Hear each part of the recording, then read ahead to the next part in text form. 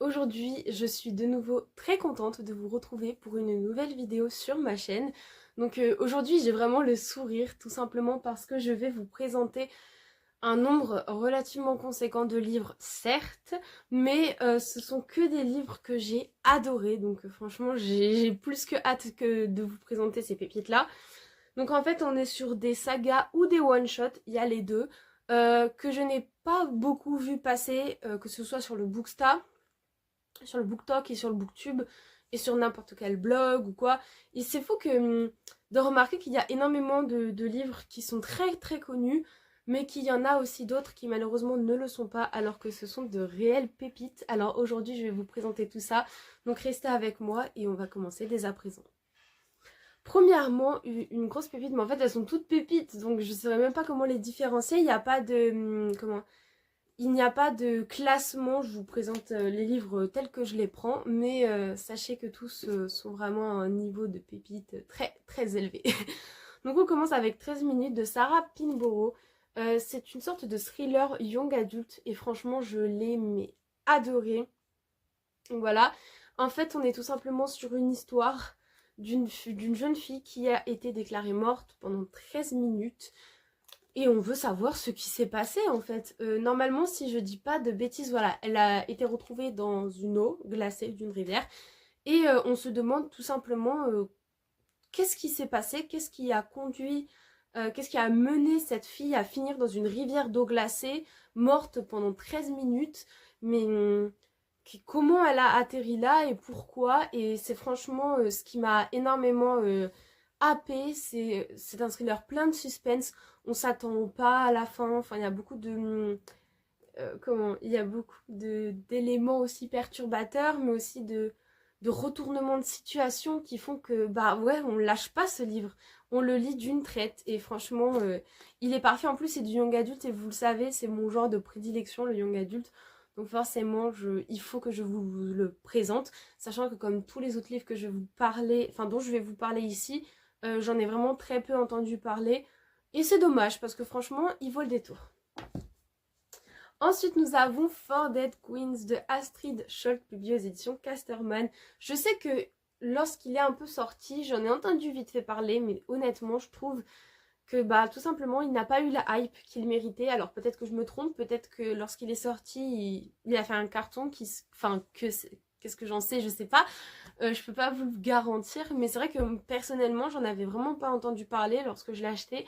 Je vais juste baisser un peu la caméra, c'est peut-être mieux comme ça. Bref, petit problème technique. Mais du coup, c'est vrai que j'en ai pas énormément entendu parler lorsqu'il est sorti.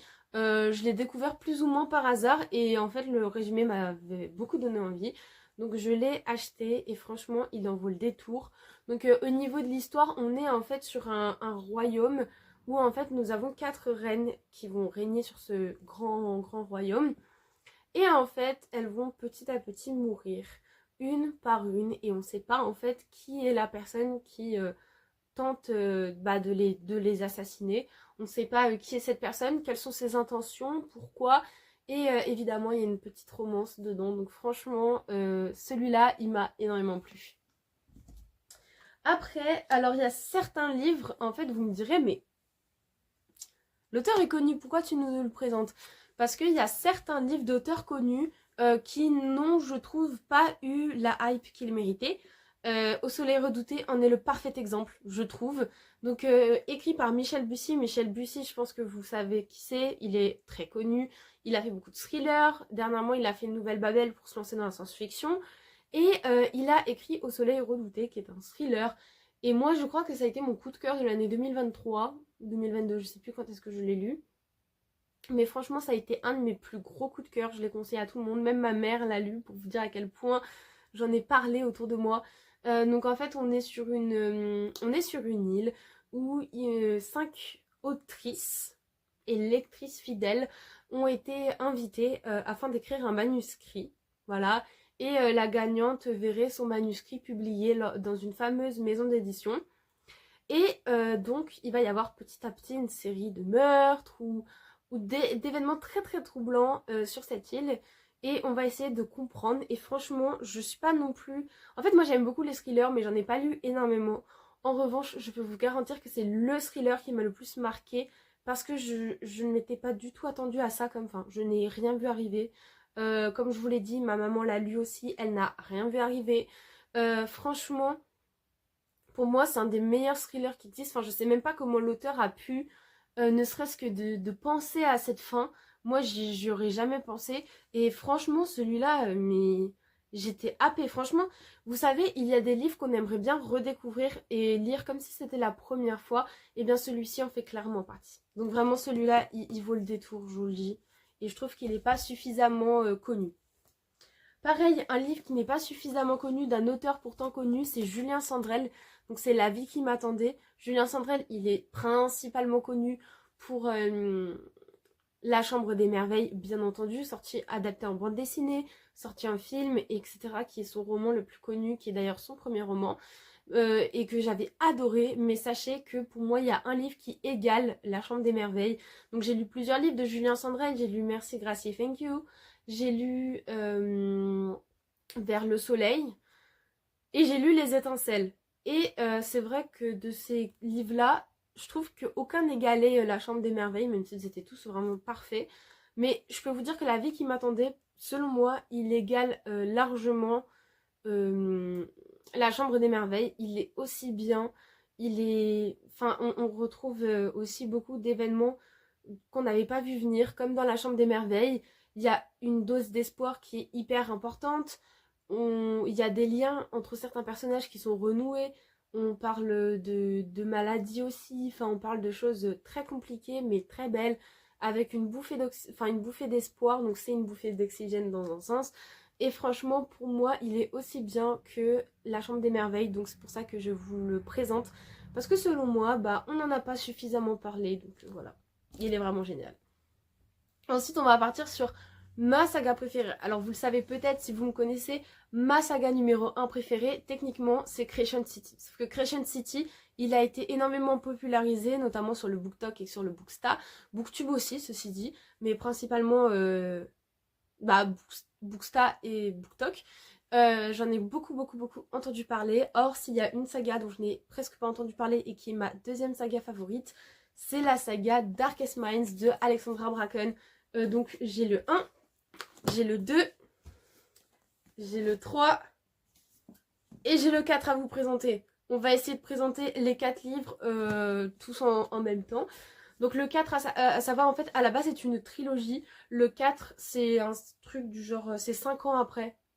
Donc c'est quelque chose qui se lit en complémentarité, mais qui n'est absolument pas essentiel à la fin. Vous n'êtes pas obligé de le lire, vous pouvez ne lire que la trilogie et vous serez déjà très satisfait. Le 4, c'est optionnel. Voilà. Donc déjà, je vais pas forcément rentrer dans les détails des tomes 2 et 3 tout simplement parce que les tomes 2 et 3 reprennent en fait la suite du tome 1 et je vais pas vous spoiler, c'est pas le but. Mais c'est vrai que Darkest Minds, et je sais, j'ai une amie à moi qui, je le sais, je pense en tout cas, va regarder ma vidéo. Darkest Minds, c'est un intérêt qu'on a en commun. Je sais qu'elle aime beaucoup aussi. Elle m'en parlait encore hier avec le film, etc. Donc je lui passe le bonjour si jamais elle regarde ma vidéo. Darkest Minds, c'est un livre qui m'a énormément marqué. En fait, j'ai d'abord vu le film, mais je me souviens que le film, mais je l'avais adoré. Je crois que j'ai jamais autant aimé un film de toute ma vie. Et c'est après que j'ai lu le tome 1, puis le tome 2, le tome 3 et le tome 4. Parce que j'ai tellement aimé qu'il fallait que je vous lise toute la saga. Et donc du coup tout simplement franchement j'adore. Ces personnages là ils font partie de ma famille. Ils sont dans mon cœur, je vous le dis. Donc en fait quelle est l'histoire? On est donc dans une dystopie, donc dans un monde un petit peu post-apo où en fait les adolescents ils sont victimes d'un virus qu'on ne connaît pas. Donc on les met dans des camps et on les trie par couleur en fait. Donc il me semble que en fait les couleurs dépendent des dons et des pouvoirs qu'ils possèdent. Et en fait, il y en a qui sont plus dangereux que d'autres. Il y en a qu'on essaye plus de contenir que d'autres. Et en fait, c'est vraiment c'est une dystopie. Et franchement, elle est géniale. Parce qu'on va suivre une bande de jeunes qui n'ont pas tous les mêmes capacités. Puisqu'il y en a un vert, une jaune, un bleu et une orange. Et selon un petit peu leur couleur, leur degré de dangerosité est différent et ça fait qu'ils peuvent être recherchés, etc. Enfin, vraiment, lisez cette saga, moi je vous la recommande, surtout si vous aimez la dystopie.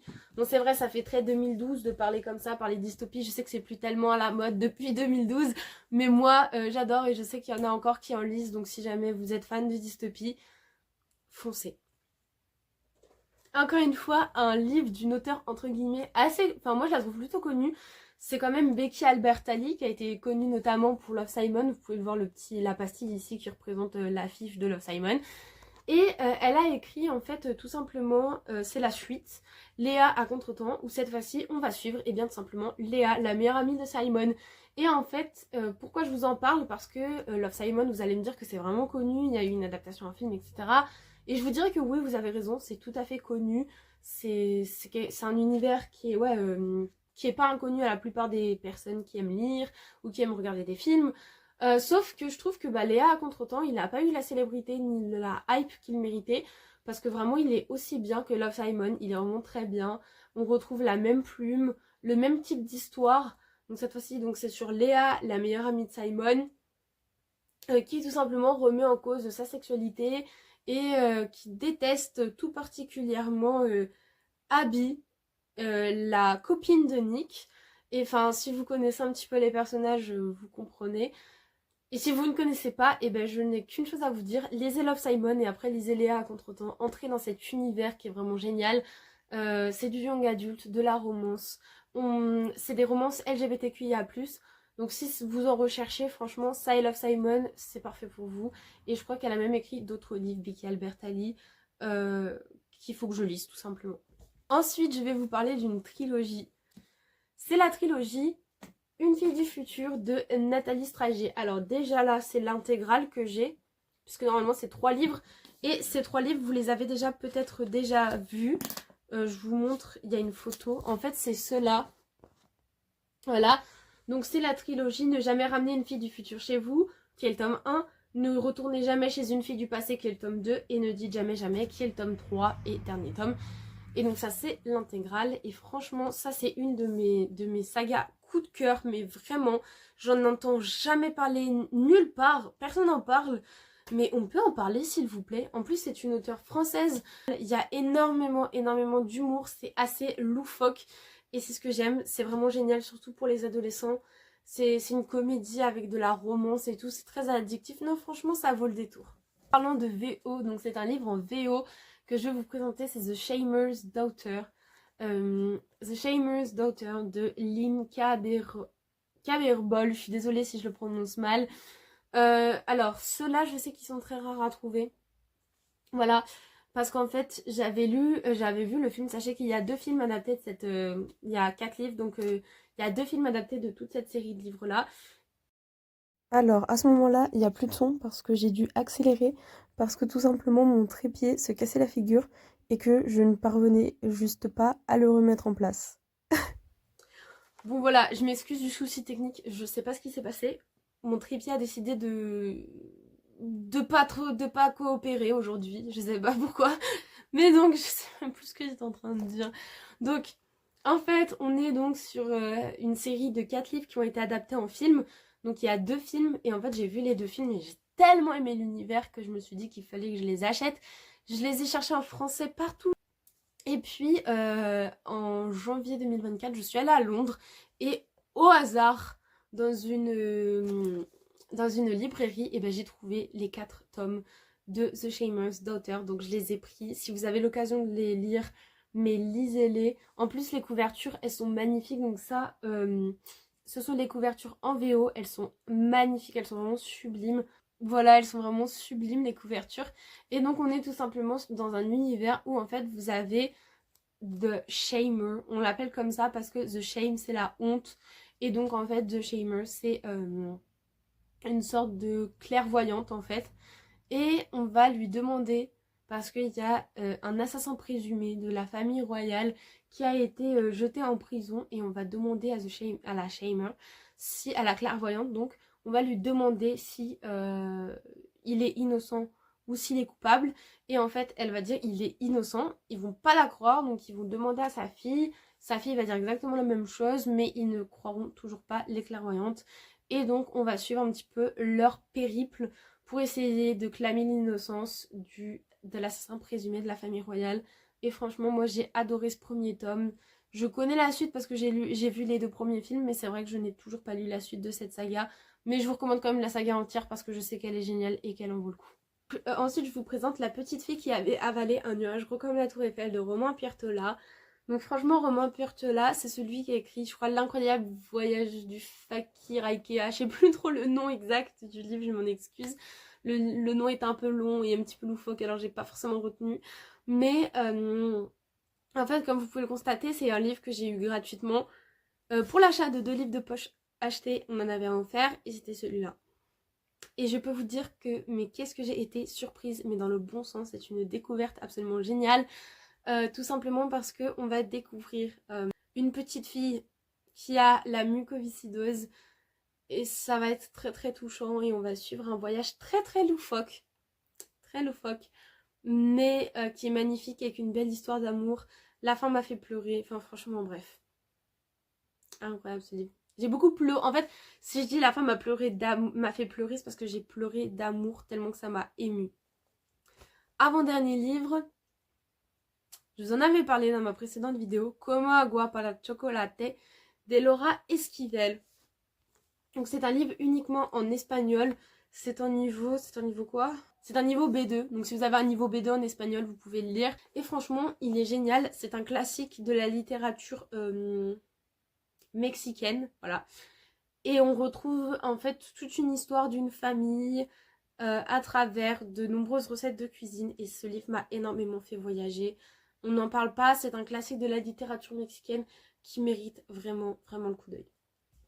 Et enfin, dernière présentation, donc cette fois-ci on est sur une saga. Nul besoin de préciser que ma caméra est encore une fois tombée et que j'ai encore galéré à la remettre. Purée. Eh bien, aujourd'hui, c'est particulier. Le trépied a vraiment pas décidé de m'aider. Là, je peux vous dire que le trépied, il m'aime pas. Mais c'est pas grave, je fixerai tout ça au montage, je m'en excuse. Donc, dernière saga que je vous présente, qui est normalement une trilogie, mais je crois que ça n'a pas tellement marché. Donc, le tome 3, pour le moment, eh ben, il est paru nulle part. Mais c'est Eve of Man. Donc, ici, vous avez le tome 1 et ici, vous avez le tome 2. Comment vous dire que cette saga, c'est une pépite. Mais vraiment... une saga qui devrait être beaucoup plus connue. Incroyable. Je peux juste vous dire incroyable cette saga. Donc en fait on est dans une société dans laquelle ça fait 50 ans que plus aucune fille n'est née. Seulement des garçons ont été mis au monde. Et en fait il va y avoir la première et la seule fille sur Terre qui va naître. Et donc elle va être comme surprotégée dans un sorte de cocon. Et on va lui présenter des prétendants pour tout simplement qu'elle puisse eh bien, repeupler l'humanité et redonner un espoir en fait à la race humaine. Je déteste ce mot, mais tout simplement pour qu'elle puisse redonner un nouvel espoir à la population humaine, c'est peut-être mieux je pense. Et donc du coup voilà, on va suivre ces histoires et franchement c'est une saga. Moi j'ai lu les 2 premiers tomes, pour le moment c'est une duologie, mais regardez-moi la beauté de ces livres en fait, ils sont incroyables. Et franchement, ça en vaut trop le coup. Voilà, bon, je voulais déjà vraiment m'excuser pour les problèmes avec mon trépied. Je sais que le cadre là, par exemple, n'est vraiment pas idyllique. Je fais au mieux. Mais je tâcherai pour la prochaine fois que mon trépied ne tombe pas. Mais en tout cas, j'ai pu tourner ma vidéo jusqu'à la fin, donc c'est ce qui compte. Et je vous ai présenté plein de livres qui, selon moi, n'étaient tout simplement pas assez connus, pas assez populaires. J'espère vraiment que ça vous aura plu. N'hésitez pas à me dire si certains d'entre eux vous tentent ou si vous en avez lu parmi ceux-là. Et je vous dis à la prochaine.